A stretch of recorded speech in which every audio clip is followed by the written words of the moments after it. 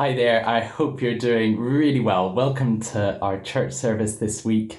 It's been so lovely this week to have such wonderful weather. I don't know about you, but I don't find it hard at all to believe that there is a creator God that made this world when the place looks so beautiful and sunny and you're surrounded by mountains. And it's Him we join to praise this week and every week.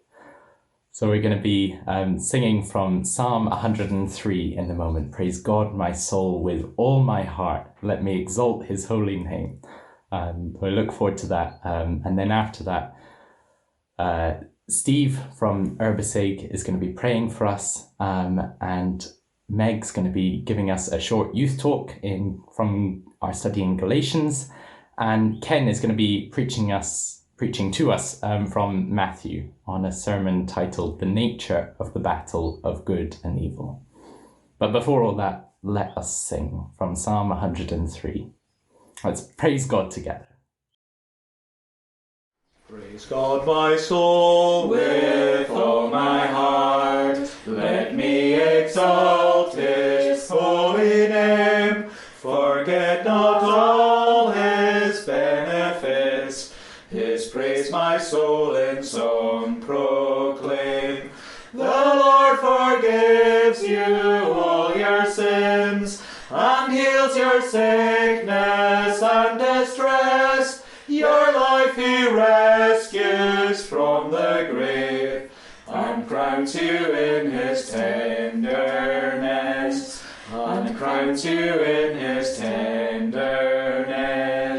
He satisfies your deep desires from his unending stores of good, so that just like the eagle's strength, your youthful vigor is renewed. The Lord is known for righteous acts, and justice to downtrodden ones. To Moses he made known his ways, his mighty deeds to Israel's sons, his mighty deeds to Israel's sons.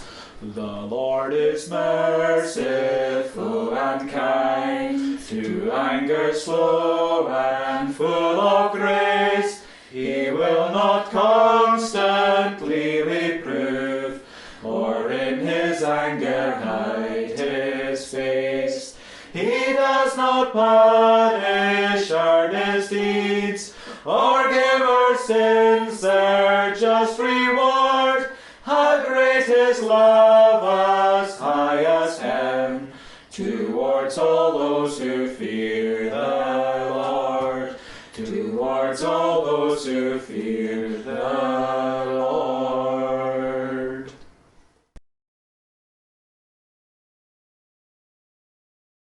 Father, how good it is to come before you, just to stop, to bow down, to lie before you. You rule over all. You sit on your throne right now. Right now you are ruling over all, and at your right hand is the most beautiful of men, the one whose feet came bringing good news, the greatest news, that there is peace, that there is salvation, that you, God, our God, reigns. And, O God, how you have chosen to reign. You have blessed us with the most wonderful of things, Scripture, written, breathed, living Scripture, sharper than a sword, a lamp unto our feet, a light unto our path. Thank you. Thank you that we have Scripture, this Scripture for today, proclaiming the unwavering witness of John the Baptist to your law. Thank you for his faith, Father. Thank you that he knew the lamp, he knew the light, and how brightly and truly it shines. Thank you that he paved the way for Jesus, pointing to him. We see him, Father. Help us see him more. We do see him. We see Jesus giving resurrection hope to John, to ourselves. We see Jesus giving a spirit of boldness to John, to ourselves. We see Jesus giving a spirit of obedience to John, to ourselves. Father, may we walk knowing the resurrection hope we have in Jesus. May we walk in boldness. May we walk in obedience, knowing that your word is the lamp, knowing that your word is the light. And may that light shine more and more brightly in our communities. Your word in Acts 19 verse 20 says that your word spread widely and grew in power. Lord God, may that be the case in our communities.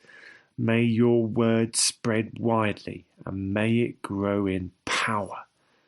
May we see your kingdom coming in places full of your presence and your spirit. May we see your kingdom coming in those being saved. May your kingdom come in those growing in the likeness of Jesus. May we see your kingdom coming in the poor getting what's theirs, in those who are mourning being comforted, in the meek inheriting the earth, in those who are hungry and thirsty for righteousness being filled, in the merciful being shown mercy, in the pure in heart seeing you, in the peacemakers being known as children of God, in those who are persecuted for your sake, receiving the kingdom of heaven. And like John the Baptist, may we know that Jesus is indeed risen, reigning on high. May we know and experience the truth of Jesus' words to him. The blind receive sight, the lame walk, those who have leprosy are cleansed, the deaf hear, the dead are raised, and the good news is proclaimed to the poor. Blessed is anyone who does not stumble on account of me. O Father, may we not stumble. Sustain us, your fallen, rescued people, O God. Sustain us, so that it may be said of our feet too, that they bring good news, the greatest news, that there is peace, that there is salvation, that you, God, reign. Hallelujah. Amen.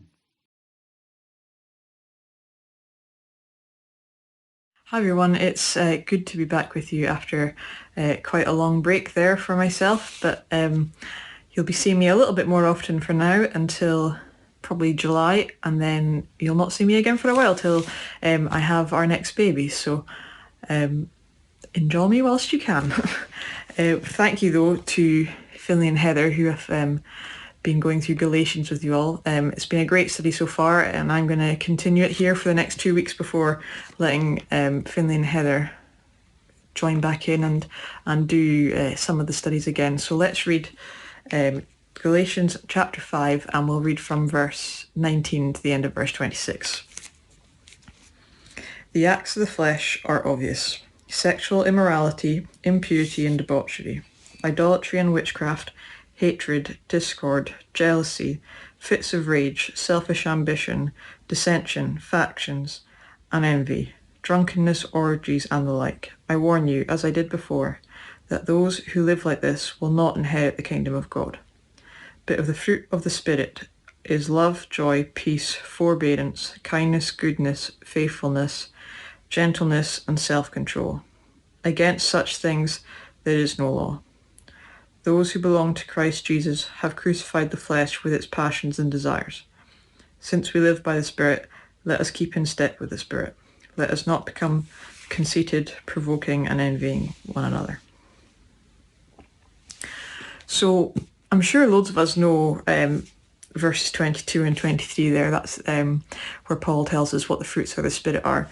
But it's so important to read these verses as a whole, because from verse 19 we're told almost the opposite, what is not fruits of the Spirit.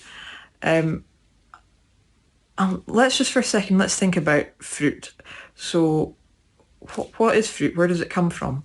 Well, it all starts with a tiny seed, usually, planted in the ground, and then whatever plant they grow on, whether that be trees or bushes, they grow. And you can tell which seed was put in the ground by the things that grow off.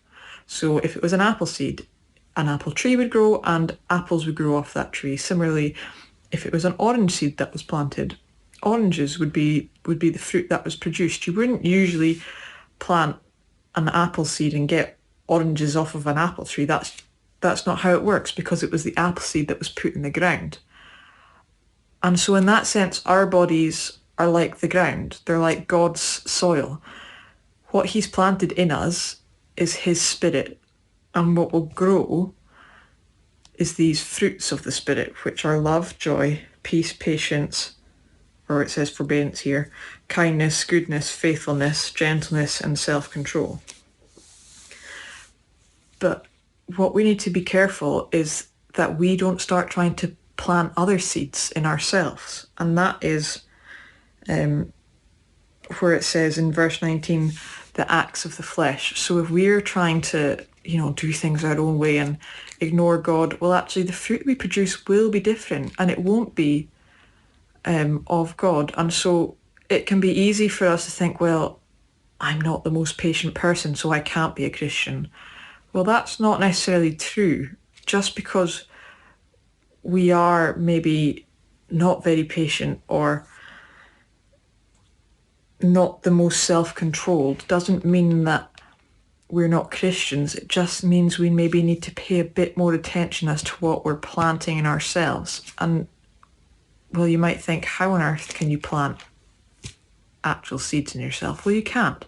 We can't go and start putting seeds in ourselves. But what we can be doing is reading our Bibles and praying and speaking to God. And actually, do you know what? There's never any harm. In fact, it's a very good thing to say to God, actually, see these things in the first list between verse 19 and 21. I'm noticing some of them in myself. God, can you help me prune those out? I don't want to be any of these things. I don't want to be selfish. I don't want to have outbursts of rage. Can you help me get rid of these things? And God will help you. He wants to. And that's the beauty, though, of being a Christian, isn't it? It's that when we do things wrong, we're not condemned there and then straight to death. We can go to God and say, I've done these things wrong. Help me to set it right. So that's my prayer for you all, and for myself too, is that not only would we'd be seeking to plant the good seeds, but that we would acknowledge maybe the bad ones that have started growing and be able to turn to God and ask for his help to prune those out. Hello, it's good to be with you once again. Our Bible reading for today is from the Gospel of Matthew and chapter 14, verses 1 to 12. At that time, Herod the Tetrarch heard the reports about Jesus, and he said to his attendants, "This is John the Baptist. He has risen from the dead. That is why miraculous powers are at work in him." Now Herod had arrested John and bound him and put him in prison because of Herodias, his brother Philip's wife. For John had been saying to him, "It is not lawful for you to have her." Herod wanted to kill John, but he was afraid of the people, because they considered him a prophet. On Herod's birthday, the daughter of Herodias danced for them and pleased Herod so much that he promised with an oath to give her whatever she asked.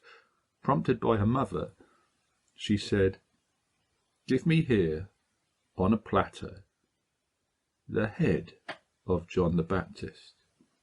The king was distressed, but because of his oaths and his dinner guests, he ordered that her request be granted, and had John beheaded in the prison. His head was brought in on a platter and given to the girl, who carried it to her mother. John's disciples came and took his body and buried it. Then they went and told Jesus. May God bless this reading of his word to us. Now let's sing together from Psalm 2, verses 1 to 7. Why do the heathen nations rage? Why do the peoples plot in vain? Earth's kings combine in enmity.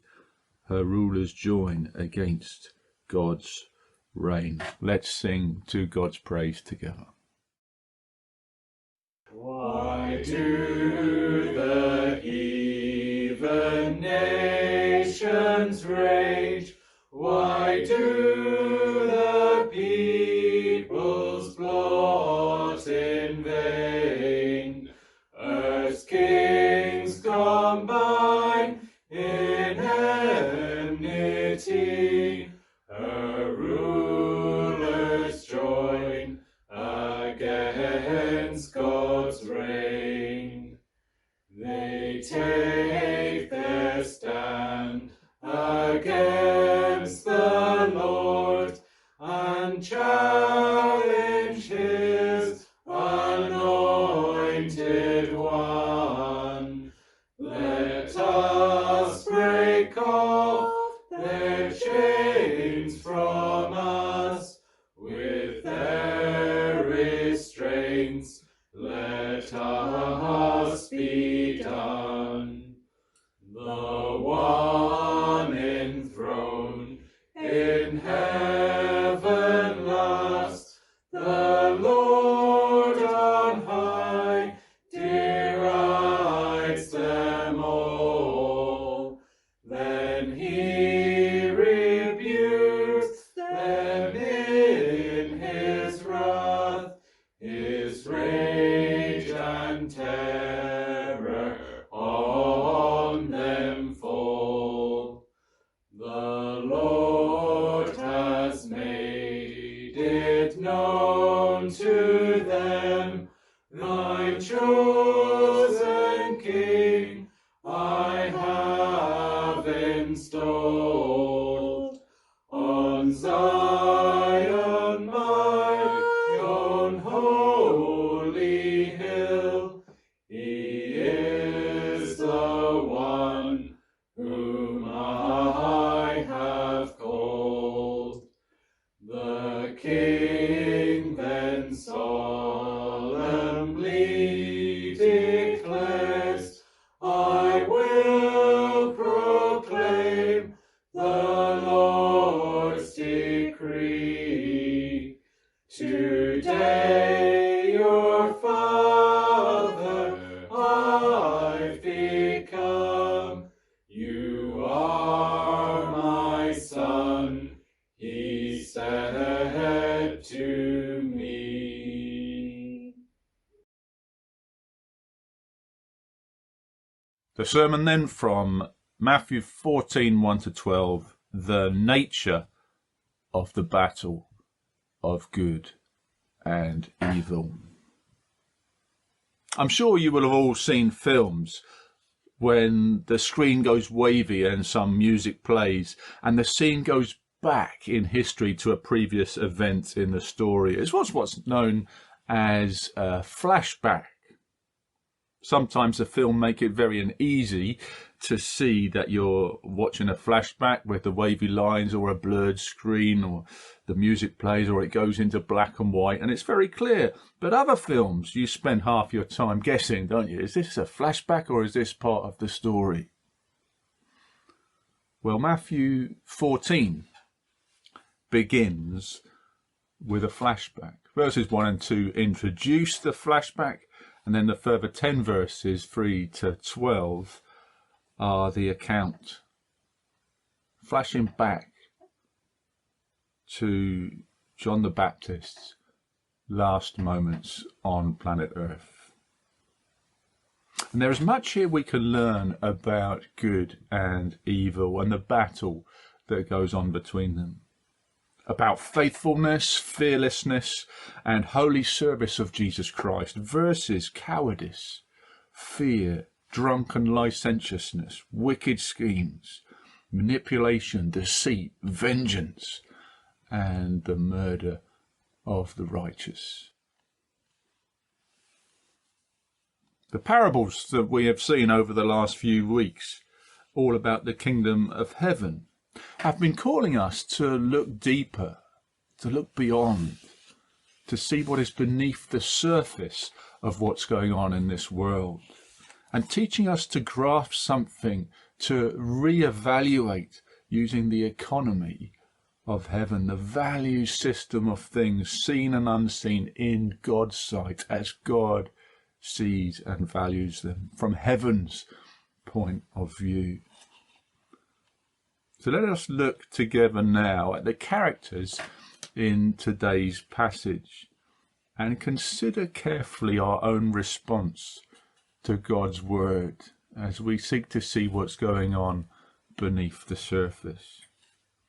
Consider carefully our own perception of good and evil and the motives behind and beneath our own actions as the cosmic battle between good and evil plays out in this world. You see, it's not enough for us to be entertained by the story or to be interested by the history or the character study. It must inform our response of faith in Christ. It must draw us to him. It has to connect with us. So let's keep that in mind as we analyse briefly the characters we have before us in these verses. Firstly, let's begin with Herod. Herod here is Herod Antipas, or Herod the Tetrarch. He's one of the 3 sons of Herod the Great, all of them called Herod. Seems that Herod the Great was quite full of himself to name all 3 of his sons Herod. And Herod the Antipas is now married to Herodias, which is a girl form of the name Herod. And Herodias had been married to Herod Antipas's brother, another Herod, Herod Philip in Rome. Now Herod heard reports about Jesus, presumably long after the ordinary people had heard and flocked to go and see and hear the messianic rabbi perform miracles and to hear him preach of the kingdom of heaven and the counsel of God. And although Herod knew very little about Jesus, the little he does hear causes him troubled thoughts. Thoughts that race to John the Baptist, whom he had known quite well. Herod is alarmed. Herod is troubled as the flashback begins. This, he says, this is John the Baptist. He has been risen from the dead. That is why miraculous powers are at work in him. Now, interestingly, Herod was a Sadducee. That is, he's a kind of pseudo-believer. The Sadducees denied the existence of angels or spirits or miracles or the resurrection of the dead or any sense of people having an immortal soul. But when Herod hears of Jesus, all he is able to see is a resurrected, miracle-working John the Baptist. In his terror, in his fear and stricken conscience, the torment of the guilt of what he did to John, his superstitious fear had overridden his preferred choice of doctrinal belief. Herod, you see, had conscience enough to be tormented by the guilt of his own actions, but not conscience enough to repent or to change his behaviour. Thus he is in the worst of worlds. In a way, it's a kind of picture of the eternal torment to come for those who reject Christ, where regret will abound, but there will be no repentance. Herod had a legal power as king, and as such he had had John arrested and bound, chained up in prison, determined to silence this fearless preacher who had dared to speak out against the king's moral behaviour. But Herod is torn. Partly he wants to kill John, to shut him up permanently once and for all. But as Mark records in his Gospel in chapter 6, Herod feared John and protected him, knowing him to be a righteous and holy man. When he heard John, he was greatly puzzled, and yet he liked to listen to him. Herod, you see, was disarmed. He was rendered dumbfounded by John the Baptist's words. But Herod is afraid of the people. He is afraid of John. He is afraid of Jesus when he hears the reports. And he is afraid of drunken dinner guests and afraid of breaking a ridiculous oath made to a wee girl in their presence. Herod is afraid. He has been plagued by fear.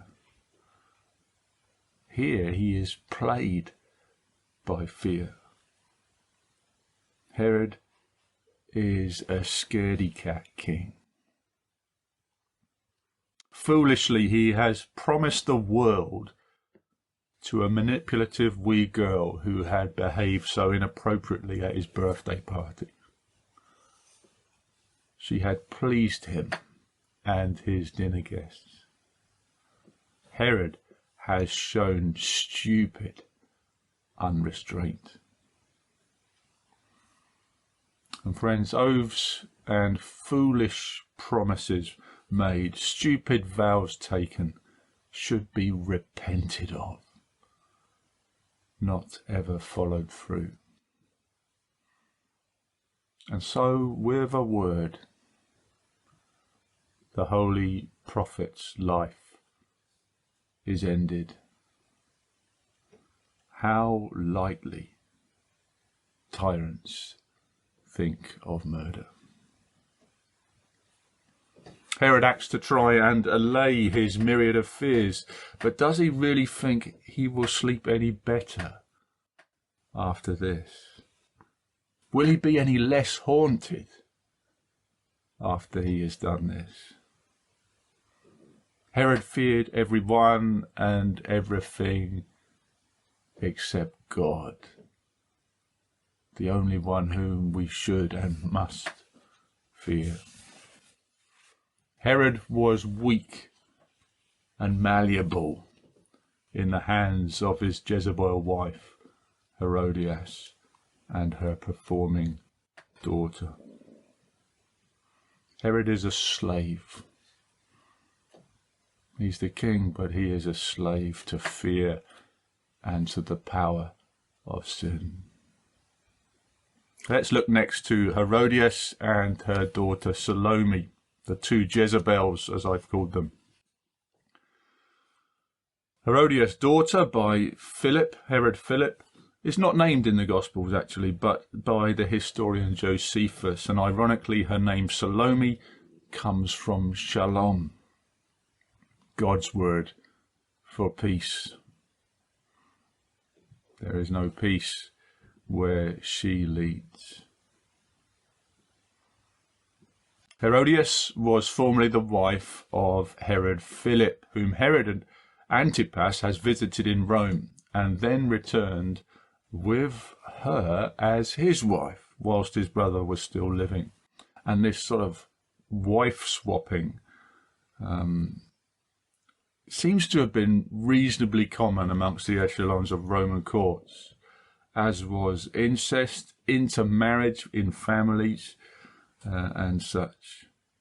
Salome herself later married her own great uncle before she left him for someone else.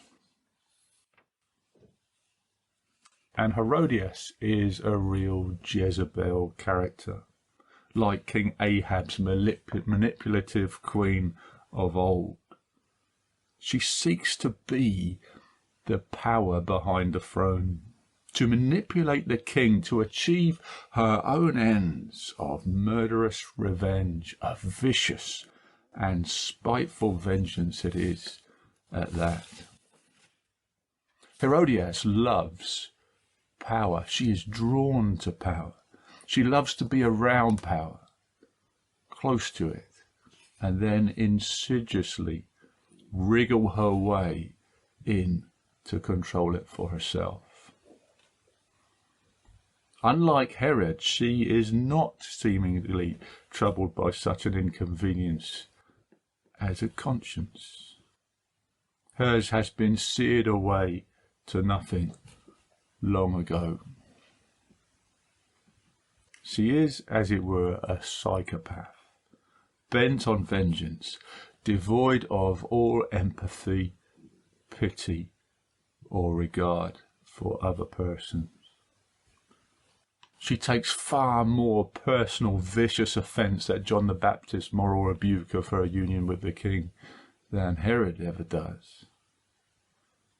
She's behind this whole erotic dancing plot. In verse 8, it says that Salome was prompted by her mother. The whole thing was planned. It was a setup from start to finish, a conspiracy.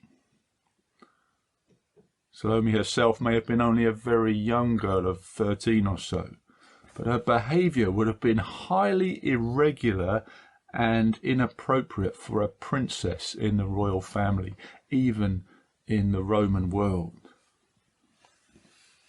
But her own mother thinks nothing of seeing fat old drunk middle-aged men gloating with lust over her child daughter performing depraved dancing acts for them. If only she can get what she came for and see the holy prophet of God who dared to speak out murdered. It's upon him whom she set her hateful crosshairs all along. So at Herodias' instruction, the wee girl, in response to the king's rash oath, asks for the head of John the Baptist to be brought in for her on a dinner plate, as if it were just like the main course or the dessert of some fancy meal. On a plate, a man's head, just imagine. So with the king's word, John the Baptist's head is brought in on the platter and handed to the young maiden, who still in her inappropriately skimpy dancing dress carries it, the lifeless head of John the Baptist, the holy man of God, carries it across the dancing floor of the party room and hands it to Mummy, who no doubt smiles pleased as punch. Just what we wanted. Lovely. All accomplished so easily. But oh, at what a cost. What culpable guilt. What judgment awaits. Cruel ambition and revenge will not stop, nor can it sink too low in order to get its flesh. So let's move away from the baddies in the story and look to those we might call the goodies in this fascinating account. John the Baptist and his disciples. John the Baptist did not shrink back from the hot topic of his day. He cried out loud and clear about the king's moral failure and wickedness in flouting God's law. He was the ruler of God's people and yet had flouted God's law. "It is not lawful for you to have her," he cried out. And so the holy prophet of God, who has been the forerunner of the Messiah, is locked up and bound in prison. And from the passage in Mark chapter 6, it's clear that Herod went to listen to John on several occasions. Either the king was slinking down to the prison cell, or maybe having John brought before him, that he may be entertained by the word of God, just as Felix did with Paul in Acts chapter 24. As Paul discoursed on righteousness, self-control, and the judgment to come, Felix was afraid and said, "That's enough for now, you may leave." You see, John had an altogether different power and authority to that of Herod. As the last prophet, he spoke the word of God. So why, you may ask, in God's sovereign providence, why was John the Baptist not rescued by some great miracle of God? Well, John had accomplished everything that he came to do. His mission was now complete, and it was well for him to go to his reward, rather than to languish on in his prison cell, suffering needlessly. John left his prison cell for paradise by one sudden stroke of the sword. That which was the foulest of murders was his happy release, and he is free. Their worst to him was yet his best gain. No longer was John at the mercy of a tyrant's power or a Jezebel's evil scheming. He was and is in paradise forever, with the Lord, in perfect peace forever and ever. And the disciples of John show him great respect and honour as much as they are able by boldly coming to claim his body at risk to themselves. They bury his body, it says. His body, not him himself, note in verse 12. They bury his body. John is not there. He has left to a better place by far. His headless corpse is respectfully laid to rest by his devoted disciples. But John the Baptist has taught his disciples well, because they then went straight to the one of whom he had testified, "Behold, the Lamb of God, who takes away the sin of the world." It was to Jesus that his disciples now went, there in verse 12. And let's finish by looking at Jesus.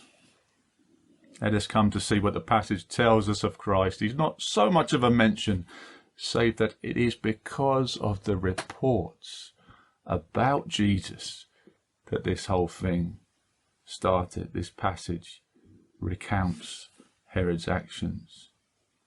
It is because of the reports about Jesus that Herod recalls his murder of John the Baptist in this flashback passage. Reports of Jesus' Spirit at work in his church and in the world are the chief cause of abuse directed at his followers who preach his word and serve him. It is the reports of Jesus that cause fear to rise in the heart of the king, and rightly so. The day approaches when all will tremble before Jesus. All will be called to give an account to him. How much better to bow the knee now. How much better to tremble before him now.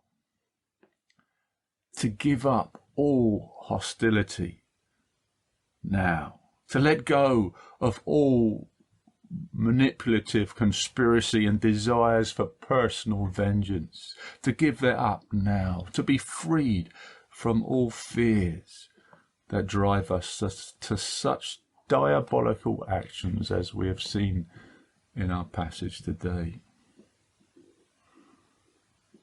Don't be a Herod, scaredy cat. Don't be a Jezebel or a Salome. Fear God now. All will fear him as judge then on that final day. But will you choose to fear him now? John the Baptist served Jesus Christ. He was about 30 years of age at his death. But if you were able to ask John now if he would exchange his 30 years for 130 of someone else's, I bet you he'd say no. He did all he came to do in his 30 years. His mission was complete.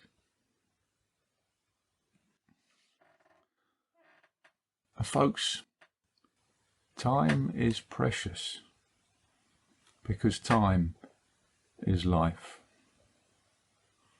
You can give away money if you have money. You can give money to church or to missions or to feed the poor, and that's well and good enough. But will you give your time? Because your time is your life. And none of us know how much we have left here on earth. But it's less than yesterday. It's less than last week. It's less than last year. Hand your life. Hand your time. Give your time to Jesus. Live or die. Live long or live short. But live or die to him. For him alone. And rest as his own beloved Holy One in paradise with him forever. Let us be like John's disciples and go to Jesus. Amen. Let's celebrate the fact that Jesus has come as we sing together a song that's normally sung at Christmas time, but I see no reason not to sing it now. Joy to the world, the Lord has come. Let earth receive her King. Hallelujah. Let's sing together to God's praise. Joy to the world, the Lord has come. Let earth receive her King. Let every heart prepare him room. And heaven and nature sing. And heaven and nature sing. And heaven and nature sing. Joy to the world, the Saviour reigns. Let us our songs employ, while fields and floods, rocks, hills and plains, Repeat the sounding joy. repeat the sounding joy. Repeat, repeat the sounding joy. He rules the world with truth and grace, and makes the nations prove the glories of his righteousness, And wonders of his love. and wonders of his love, and wonders of his love. May the grace of the Lord Jesus Christ, and the love of God, and the fellowship of the Holy Spirit be with us all evermore. Amen. God bless you, keep safe, and I hope to see you next week.